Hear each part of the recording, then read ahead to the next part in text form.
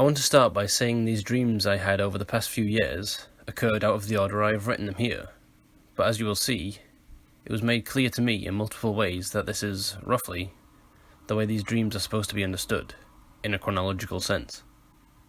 Secondly, I want to say that some details may be missing, or altered from the original dream. This is because most of them happened at least more than a year ago. So for one thing, my memory is bound to mess at least some of this up. And another, I read a study once explaining a theory that no past event in your life is exactly how you remember it. Anyway, without further ado, my web of connected dreams. What I believe to be the first dream in a chronological sense, I only had about 2 or 3 years ago, but I believe it to be the antecedent of the set due to the fact that everyone in the dream was a much younger version of themselves than they were at the time of this dream. This dream is also by far the least eerie of the set, but it is important I include it as a form of context. This dream begins at some sort of show or ceremony. It might have been a wedding, or could have been a concert, or something like that. I can't even remember. Mostly because it hardly had any relevance to the dream itself. Anyway, the show took place on a stage, basically in the middle of a grassy field, with no end in sight. Nothing on the horizon, just endless barrenness. Everyone at the show was related to me. My family, my cousins, my grandparents, even great-grandparents took up the entire audience, and I never saw who was on the actual stage. While the parents and elders were sitting on blankets in front of the stage watching the show, my cousins, 2 of them, my second cousins, 3 of them, my brothers, 2, and I were behind the stage playing some sort of game, like tag or something. We all noticed that about 1/4 of a mile away, there was some type of stone, shed-like structure. Our curiosity got the best of us, and we decided to take a visit. There was no door on this structure, and it was only about 7 meters wide and 10 meters tall, or something like that. We observed it from all angles, and my brother noticed that at the bottom verticals had a large hole that appeared open in some kind of even larger tunnel. This tunnel was at least 10 meters tall and wide, so once again, we decided to explore. At this point, my second cousins were taken back to the show by their parents. It was now just me, my cousins, and my brothers. After a few minutes of unsuccessfully trying to convince my second cousin's parents to let them stay, the rest of us turned back to the tunnel and noticed that one of my first cousins, who I will call Tom for the sake of his privacy, had already run inside. We were all like 5 years old in the dream, so this was the sort of move made sense. We realized we needed to go find him, so without hesitation, we headed into the tunnel. That is where the first dream ends. This next one happened a good 5 years ago now, or so. I know it takes place next because it's the same people were present. Tom was still missing, and we just entered the tunnels. We could still see the entrance light. We walked for a while, and eventually it got dim, but scattered throughout the tunnel were torches on the walls. We came to an intersection between the paths, and we decided to split up. Me and my youngest brother, who I will call John, went right, and my other cousin and brother, who I will call Lucy and Steve, went left. John and I walked for at least an hour, through a plenty of twists and turns. The tunnel slowly got a lot deeper into the ground, and we eventually came to another intersection. We decided that the best idea would be to stick together, so we both went left together. There was a sharp turn, like 80 degrees, with a strong source of light coming from around the bend. We slowly peeked around the bend and saw this strange sort of creature. It seemed to be at least 7 feet tall, and it seemed to have the same body type of features as a human would, just slightly distorted and unproportional. It was made of some sort of dark material.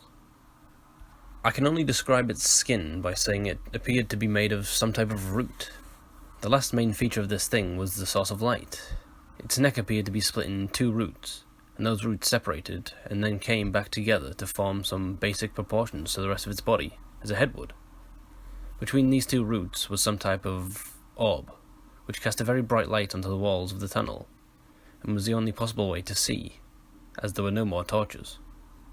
One of its hands were free, but the other was holding some kind of small box by a handle. It didn't see us, as it appeared to be walking in the opposite direction from us, but it seemed to hear us. As it began to turn around, before John and I ran in the other direction, We obviously didn't want anything to do with this thing. We arrived back at the intersection, and this time went the other possible direction, which was where that dream ended. This next dream, I'm pretty sure, comes next in the story, because it begins just as John and I were walking into the other possible tunnel path, and they were still talking about the creature we had just seen. The other path had a few torches, and we could see slightly better. This tunnel led into a very large, open area, at least the size of a baseball stadium.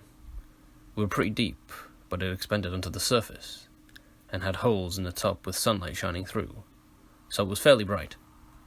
On the other side of this opening were my parents. Strange, since they were still watching the show, Lucy and Steve. This means that most likely all the pathways eventually led to this room. John and I ran our ways over, and they were still sitting in old wooden chairs around a large rock, flat enough to be used as a table. We talked for a while, trying to figure out what was going on. John said at one point, "I'm hungry. Did anyone bring snacks?" My dad pointed over to an area where someone appeared to be selling food. I walked over with John, and it was some tall, pale man I didn't recognize. He was mumbling about a box. My guess was that he meant the box that the creature had from before. We asked him for food, and he yelled at us, demanding that we leave the castle. At some point, this loud, booming sound, almost like a creaking door but deeper and more explosive, if that makes sense, echoed through the cave. My relatives and I looked around, slightly terrified, trying to find the source of this sound, and the pale man whimpered and ran into one of the tunnels. John and I ran back into the others at the table, and that's where this dream ended. The penultimate dream in the series was far the most frightening for me. It's hard to put into words exactly what happened in this dream, and it probably won't have the same terrifying effects through writing, but I'll try my best. As soon as I arrived back at the table with the rest of my family members, a blinding flash of light came through the seams of the surface of the cave. When the brightness had worn off, the cave had become pitch black. Or so I had thought. I was no longer in the cave, as far as I know. I could have been in some void, for all I can tell. All I know for sure is that I couldn't see anything. Pitch black, with a faint fog blocking me from seeing anything more than a few feet in front of me. I walked around for a moment, calling my parents. Suddenly, another one of those creatures came running at me from out of the fog, scaring me out of my wits, and just before colliding with me, disappeared into a cloud of smoke. A few moments later, this happened again, but the creature made some sort of muffling, yelling noise. The yelling sounded almost human, as if a human was trapped under the roots the monster was composed of. This happened a few more times, each time getting louder and more frequent. The other thing I noticed was that this fog turned into some type of indescribable mist, similar to the noise/static of a TV screen with no signal. After what felt like to me at the time, like hours of this alone, all the fog, all the monsters, everything vanished. I was in the dark again, unable to see anything except from a small box in the distance. A small box with a handle. I knew from looking at it that it was the one that the monster first had. It seemed to have something glowing emitting from it. I started to walk over to it. I started hearing faint whispers, saying something like, "The cure." The closer I got to this box, the more repetitive and louder they became. They seemed to overlap each other by the time I had reached the box. I reached down to grab it, and I heard the same booming echo I had heard before in the cave. It was definitely louder this time, though. I also saw a bright flash of light, and that is where this dream ended. The final dream of the series is actually the first nightmare I ever had in my entire life. Now I place it here at the end. You will see why in a moment. But honestly, I do not have any idea where this dream places in a storyline sense.